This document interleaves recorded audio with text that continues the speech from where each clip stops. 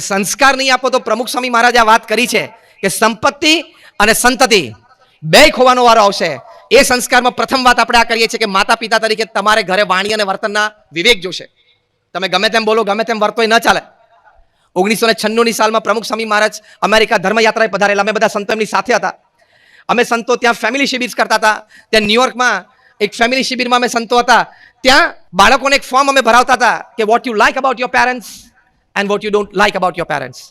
કે માતા પિતા માટે તમને શું ગમે છે અને શું નથી ગમતું.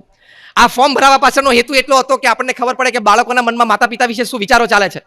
8 વર્ષના બાળકે આ લખેલું શું કે જે રીતે મારા માતા પિતા ઘરે મારા દાદા દાદીને ટ્રીટમેન્ટ આપે છે ને મને નથી ગમતું.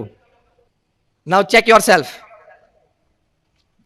તમારા વૃદ્ધ માતા પિતાના જમવાના સમયે જો થાળી પછાડી તમે એક થાળીનો રણકાર 25 વર્ષ પછી સાંભળવા માટે તૈયારી રાખજો.